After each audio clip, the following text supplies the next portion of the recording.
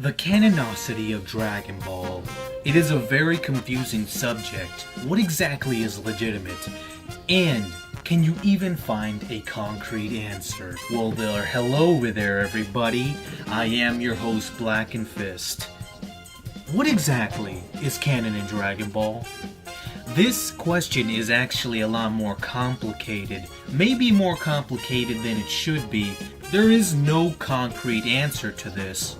And because Dragon Ball does expand so many episodes, mangas, animes, movies, and including the new Battle of Gods, OVAs, and specials, it is hard to keep track of what truly is legitimate, and considering that Akira Toriyama has put his input into a lot of these things, not just the manga. Trying to sort out what exactly fans will consider to be legitimate and what exactly isn't legitimate to the canon of Dragon Ball is something that has been debated a long time. But I hope to give you my own perspective and theory on how I do believe this all works. But before we begin this, we have to introduce the one fact that no one can dispute, the one thing that is 100% factual, and perhaps the only thing that is 100% in this whole video, and that is the manga. The manga is 100% legitimate canon. The manga pretty much is the Dragon Ball canon, and anything else that is canon, including movies, special manga chapters, OVAs, anything else has to go around the manga. The manga is the backbone of what is canon in Dragon Ball, and no one disputes this. Just a brief explanation as to why the manga is 100% canon. The reason is pretty simple. The manga is 100% original. It preceded everything else that came before it and is the direct product of the original author, Akira Toriyama. That is why it is considered to be 100% canon, as everything else in the series derives from the manga. The movies derive from the anime derives from the manga. The manga pretty much is the Bible of Dragon Ball. Now, if it just ended there, things could be a lot more simple, but it doesn't. There is also the anime, and the anime is, for all intents and purposes, not canon to the manga. Both are very similar. Now, because things are about to get a little bit more confusing, I'm going to introduce my own theory. The legitimate canon is the manga, which I will refer to as the manga canon.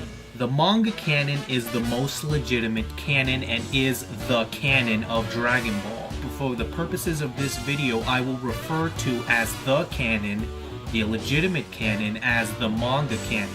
But equally, and if not even more important than the legitimate canon of Dragon Ball, that's right, it might be even more important, is what I call the anime canon. Why is the anime canon possibly more important than the legitimate canon, manga canon?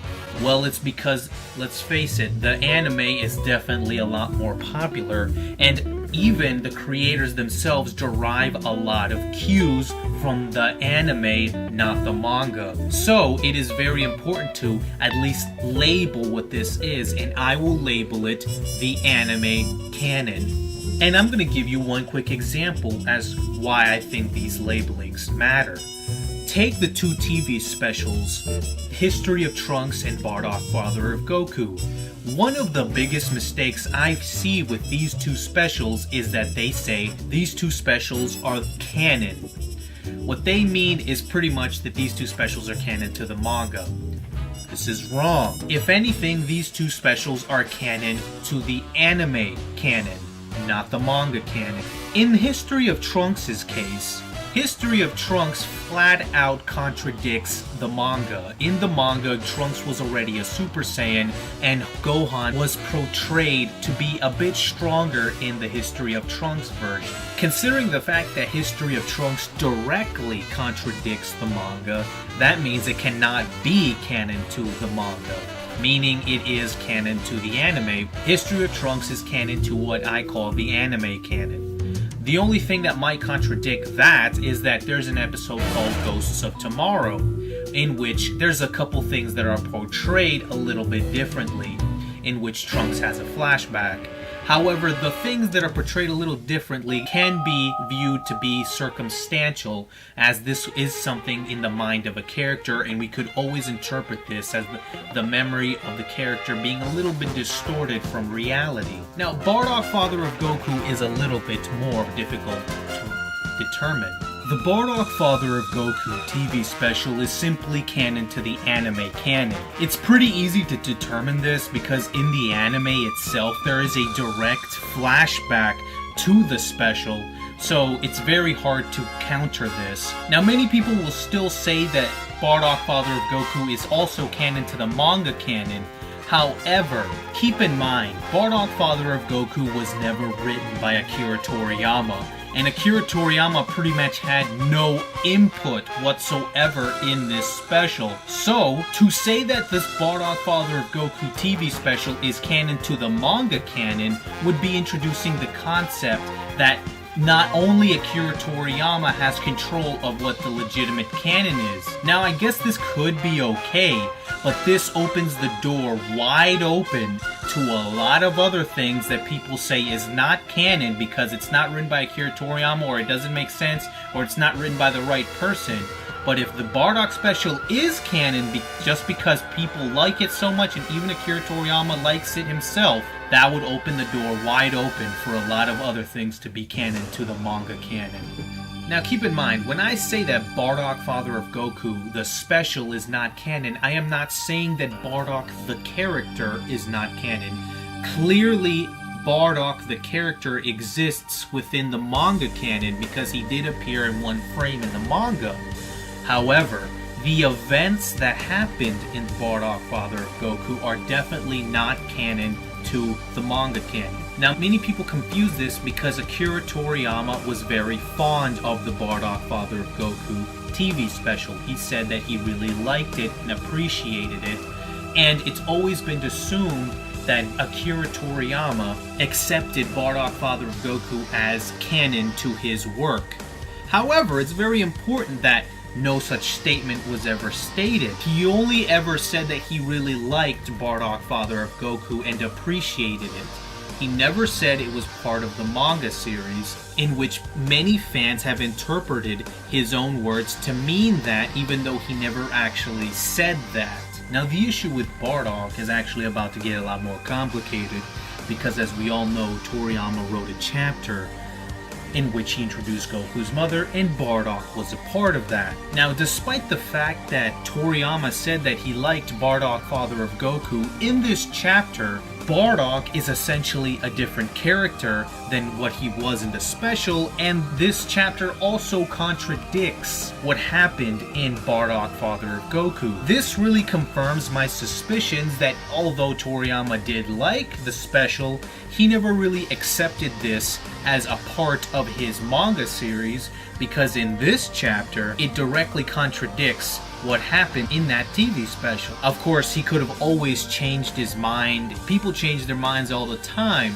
But regardless if he did change his mind or not, this chapter does contradict what happened in the special. And this chapter is something that was created by the original author, and that special was not created by the original author. But then we're going to have to come into territory of what exactly is the definition and the criteria of what is canon in Dragon Ball. Is anything created by the original author Akira Toriyama canon? Is anything that the author says canon? It really depends on how you define what is canon. Well, Akira Toriyama has worked on the movies and has worked on filler. He has created designs for filler characters and even movie characters. So I can say with 100% certainty that just because Akira Toriyama touched it does not mean it's canon. Speaking about filler, there is some very interesting things in the filler that really has a big gray area of what is canon or not. I know some people are saying, filler gray area? I thought filler is not canon whatsoever. Flat out. Well, hear me out. In the filler in which Goku is in the other world and that whole other world tournament thing, there is some very interesting information that is revealed in that other world saga. In it, Oribu, one of the dead warriors, explains to him how the Dragon Ball universe literally works. Now, there is confirmation that everything that is stated in this filler, including the design of Grand Kai himself, are done by Akira Toriyama. The way he explains the way the Dragon Ball universe works in terms of the ladder and the Grand Kai's planet, those are all concepts directly from Akira Toriyama. This is how Akira Toriyama envisions the Dragon Ball universe. But what's the catch? This information that comes directly from Akira Toriyama and that is supposed to be how the Dragon Ball universe works is in filler. Something that is not in the original work in the manga, because of course we never saw Goku in the other world doing all that other world stuff in the manga. So this brings up a very big conundrum. Is what is stated in this filler rejected merely because it is in filler, or can we accept this information in the manga canon even though it was never stated directly in the manga canon? This all really depends on how you view things. At this point, I want to make it clear that there has been no official statements from anyone who has worked on Dragon Ball, including Akira Toriyama himself. That is why in this situation in which you have this very important information dropped in filler in how the Dragon Ball universe is supposed to work directly from the original author is in a gray area. Do you accept this information or do you not? It all really depends on your own opinion. I tend to accept it because they are concepts from Akira Toriyama, and they are things that Akira Toriyama intended for how the universe is supposed to work. However, it is not stated in the manga, which also brings in that gray area I was talking about. There have been only 2 statements about what is canon in Dragon Ball, and both statements don't shed much light. The first statement was when Akira Toriyama pretty much said GT is not canon, but I think we all knew that already, so that didn't really help. But the second statement was on Battle of Gods.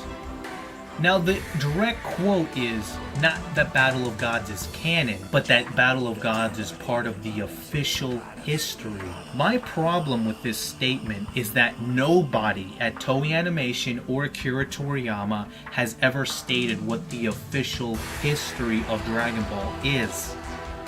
That is why I'm making this video, because no one knows exactly what is canon or not, but they're saying it's part of the official history. But no one knows what that official history is. You see the problem here? So this has gotten confusing. We have filler that is in gray area in which the information stated in that filler, even though it's in the anime canon, could be canon to the manga canon because of its connection to the original author. We have TV specials that are not canon to the manga canon, but are canon to the anime canon. And we have chapters in which Akira Toriyama reveals Goku's mother, but are not canon to the anime canon because it directly contradicts the specials that are in the anime canon. So they're in the manga canon because they are written by Akira Toriyama himself. Did you get all that, guys? So, why don't we get into something that's a little less confusing, which is the movies. Simply put, they're not canon. Because most of the movies directly contradict the manga, and even the anime canon, they cannot fit in either of those canons. Trying to create their own legitimate history would just be walking on a lot of theoretical ground. Meaning, oh, well, maybe they're in different dimensions, maybe they're in different timelines. But that really has nothing to do with this canon discussion we're having here. And another thing, guys. I do realize that me calling a manga canon and an anime canon, people will be tempted to think, oh, well, maybe we can think of these 2 canons as 2 different dimensions of Dragon Ball or 2 different timelines because those do exist in the Dragon Ball universe. This would be the wrong way to think about these canons, because both the anime and the manga canon have different dimensions and timelines within them. these two different canons are not two different diverging parallel timelines. They're literally just two canons in our minds, just so we can organize this into a better mess than it was before, because this is pretty confusing. Son Goku and his friends' return was also another peculiar case. It was never really stated to be canon, however it was based on concepts by Akira Toriyama himself. It's important to note it was not written by Akira Toriyama himself, but it was based on concepts that he had. So, this is also once again in a gray area. Is this canon because it comes from Akira Toriyama, or is it not canon? To be fair to it, it was never really stated to be canon, but does that really disqualify it? Does anything that's not stated to be canon not make it canon? Because the manga is definitely canon, but it's never stated to be canon, even though we know with 100% certainty it is canon. However, while watching Son Goku and his friends return for analysis, I did notice a couple things in it. Now, remember when I said the anime canon could be even more important than the manga canon, the original material? This is why I say that. Notice Bulma's hair.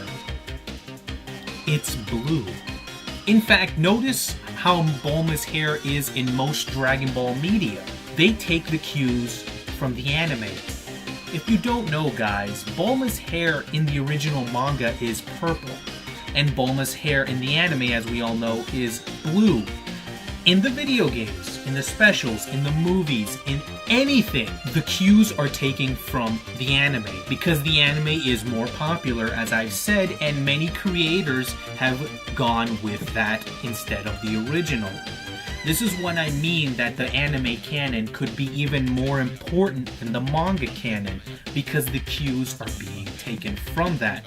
In Son Goku and his friends return, that is an excellent example. Does that mean that this means that the Son Goku's friends return special is in the anime canon? It could very well be so. I also noticed another thing, that Gregory was in the background. Now, he only appeared in there for only a couple seconds, and he never talked, but he exists. If you guys don't know, Gregory is a filler character never introduced in the manga. So, the very fact that this character even exists in this special puts it in the anime canon. This cannot be in the manga canon to me. People could argue, oh well, Gregory could just have showed up in Son Goku and his friends return and not been in the manga for some reason, but to me that sounds a little far-fetched.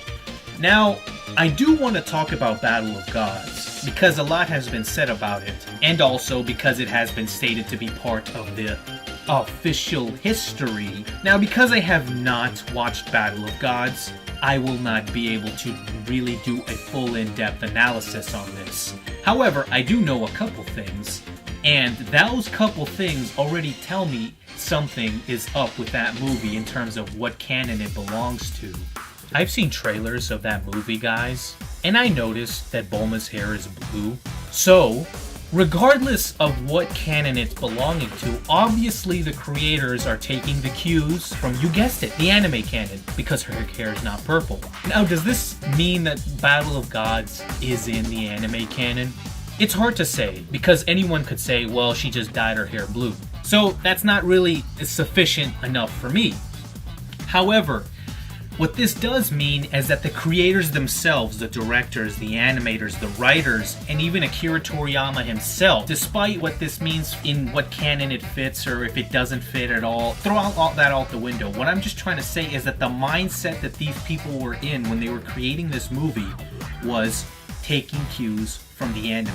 That is why I say the anime canon could be more important because of things like this. Now, there's also another thing. Because I do know a couple details about the movie, I do know that they reference Son Goku and his friends return in this movie.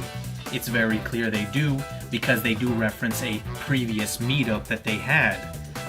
The very fact that they're referencing Son Goku and his friends return puts this movie in a big gray area for me. Because Son Goku and his friends return, like I just previously said, is canon to the anime canon, meaning they cannot be referencing this special if it never happened in the manga. Once again, you could argue that they were not referencing Yosun Goku and his friends return. They were just referencing maybe another meetup during that same time period that Yosun Goku's friends return took place, but they were not referencing that special in particular. Even though you could say that, it's very clear that the creators themselves are referencing that special, which puts this movie in a gray area. So is Battle of Gods canon to the manga canon? I cannot say with 100% certainty, and it's not just because I haven't watched the movie, because with these two facts, it is very clear to me that they are following the anime cues. They are not following cues from the manga. By the way, that's the reason Trunks' hair is like that, because her mother's hair was like that in the manga at least. So, this puts it in a predicament. Now, there is no debate on whether Battle of Gods could be canon to the anime canon. Battle of Gods, from what I can put together right now without seeing it, fits almost perfectly in the anime canon. It does not fit perfectly with the manga canon because there's a couple circumstantial things. Granted, there's nothing concrete, but there's a couple circumstantial things that puts it a little in the gray area for me. Even though it has been stated to be part of the official history, but I don't really take that with much a grain of salt. So, I really can't really make my decision until I've watched the movie, but I'm already, even before I've watched it, have my doubts on whether this is really manga canon material or not. So, what have we learned with all this? We've learned that the manga is pretty much the safest thing that we can say is canon, and that the only things that we can really put in there are Jaco the Galactic Patrolman, along with Goku's mother's chapter, and that's it. Battle of Gods is in a gray area, and almost everything else, the specials, Yosun Goku's friends return, Battle of Gods, almost everything else can be canon to the anime canon. Even though the anime canon is not legitimate, there are so many things that are connected to this anime canon, it is very important to mention it, because even though it's not the original, so many things take its cues from this canon. And there's also some filler within this anime canon, like the one in the Otherworld saga, that has very gray area on whether it is true in the manga canon or not. So, in the end of the day, guys, it just all really depends on how you view things. Do you take Akira Toriyama's word? Do you take everything he writes as legitimate? Or do you just say, you know what, it's just Dragon Ball? Does it really all matter? In the grand scheme of things, guys, do I really care if Battle of Gods is canon to the manga? I really don't. I just want to see a good Dragon Ball movie. That's it. Although I do find fun thinking about all this stuff, I don't really take all this canon business seriously. I only do this just to organize my thoughts and just so I can get a better picture of how all this fits together. But I don't think that this really matters in the grand scheme of things. I like the manga canon, I like the anime canon, I like the things that are connected to both of them. And what fits in these canons is really up to the criteria of each fan. The only thing that we can say we do have common ground, though, is that the manga is 100% canon because it is 100% original. Well, guys, I have hoped that you have enjoyed my discussion because I had to cover a lot of things in this video, and I hope I did not disappoint. And I will always come back to bring more insightful and interesting Dragon Ball discussions for you guys. And as always, guys, I am Blackenfist.